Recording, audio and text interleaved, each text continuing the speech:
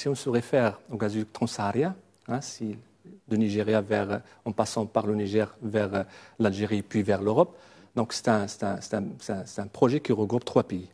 Donc on l'appelle le projet transsaharien. Et quand on arrive au projet gazoduc Maroc-Nigeria, donc c'est un pays qui va passer, qui regroupe 13 pays. Et c'est le plus important, le plus grand projet au monde, en termes de... C'est 5000 km, quelque chose comme ça. Exactement. Et c'est le seul... C'est une ouverture de l'Afrique sur la Méditerranée. Et c'est le seul gazoduc qui passe par l'Atlantique. Le seul gazoduc qui passe à l'échelle mondiale, qui passe par l'Atlantique. Donc pourquoi pas on change l'appellation, on change le concept, on parle d'un projet transatlantique.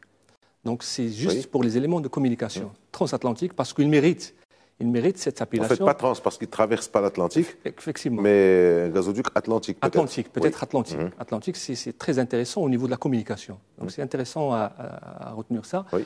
Donc c'est un projet bien évidemment très stratégique, en termes de, bien sûr, en termes de son positionnement et en termes également de sa valeur ajoutée, parce qu'il traverse 11 pays.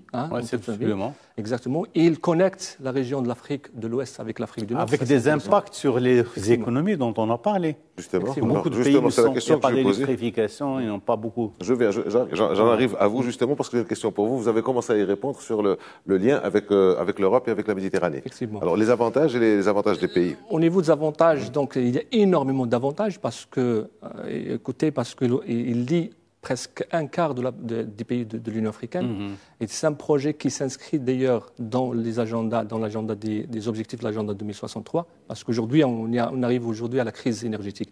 Donc c'est un projet qui va bien évidemment permettre à l'Afrique de se doter de certaines ressources énergétiques extrêmement importantes. Un autre avantage, c'est au niveau de l'électrification. Vous savez qu'en Afrique de l'Ouest, on a presque 300 millions, plus de 300 millions, uniquement 20% qui ont accès à l'électricité. Donc, premier, c'est un avantage immédiat, social immédiat, au niveau de l'électrification de la grande partie de l'Afrique de l'Ouest. Et puis, la création de certains écosystèmes.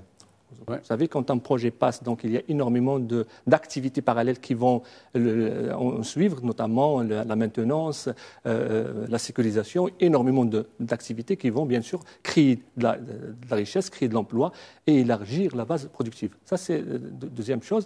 Troisième chose, bien évidemment, c'est un projet qui permettra d'avoir une sorte d'autonomie, aussi bien bien évidemment, en termes d'approvisionnement, pour les pays riverains de l'Atlantique que pour l'Europe, parce qu'aujourd'hui, la crise en Europe impacte indirectement certains pays africains.